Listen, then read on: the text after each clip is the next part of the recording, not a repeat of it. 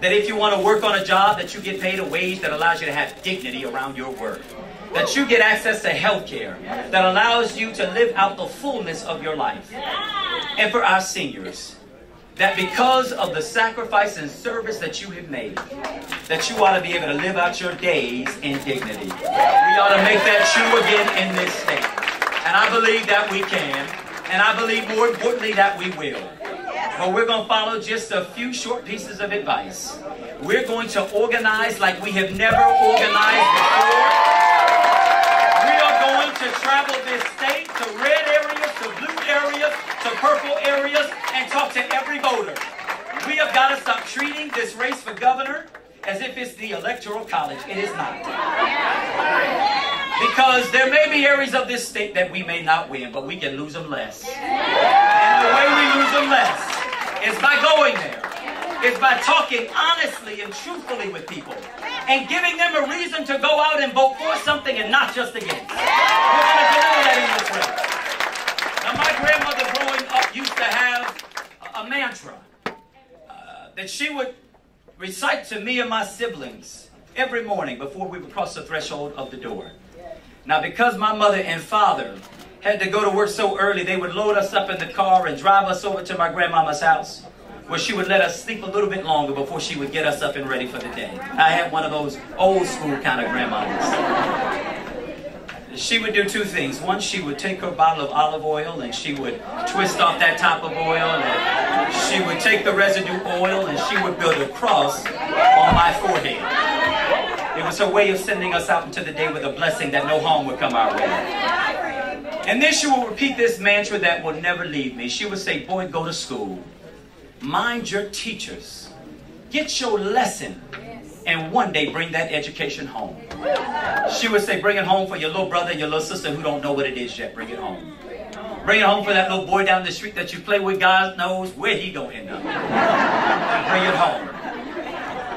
Bring it home for your mama and your daddy, who get up every single day to go out there and work on somebody else's job in order to keep a roof over your head, clothes on your back, and food on the table.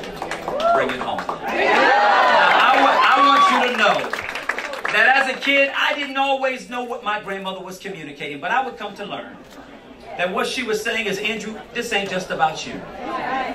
There was a belief there that in society, if I did good in life, we would all do good in life. That if I went far in life, we would all go far. A sense that there was community in the collective. Donald Trump and Ron DeSantis wants to run us the other direction. They have made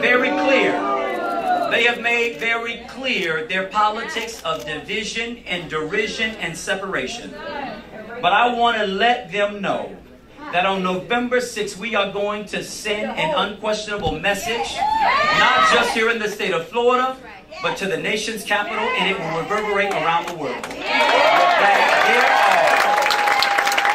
That there are still more of us who are common and who are decent, who are self-respecting, who still believe in the American dream, who believe that there's room in this world for all of us, regardless of what our country of orientation is, the language we speak, the faith that we may or may not have, who we choose to love, to marry, that there is enough love and connectedness and community that we can all live this thing together. And so,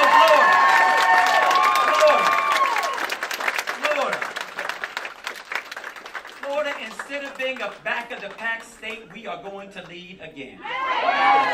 Florida is going to show not only the rest of this state, but the rest of this world, that there are more of us than there are of them.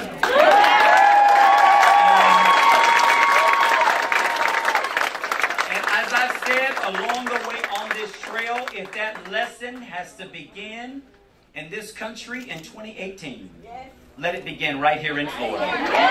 We're going to send a message. We're going to send a message that we can make a state that has room enough for all of us.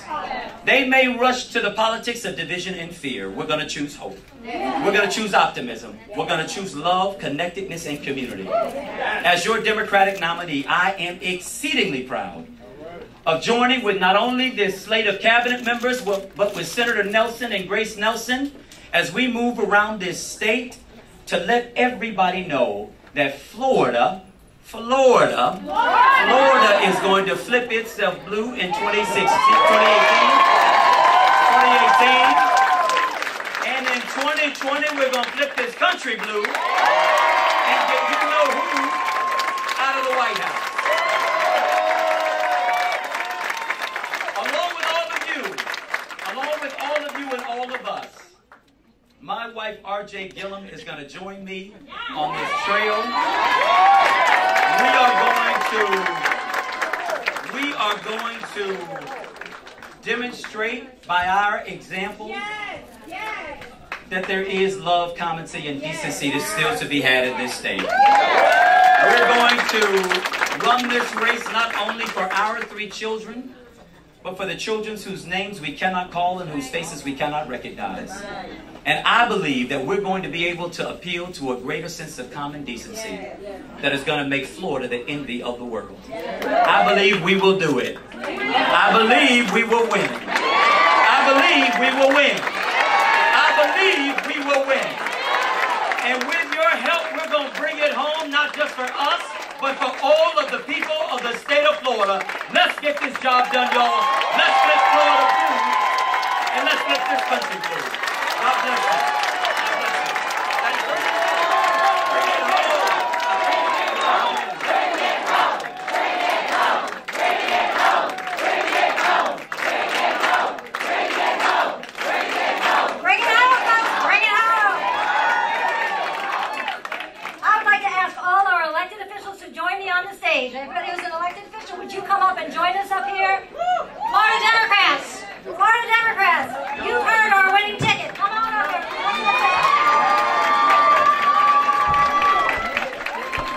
Joining us are elected officials who are part of our ticket. Come on up.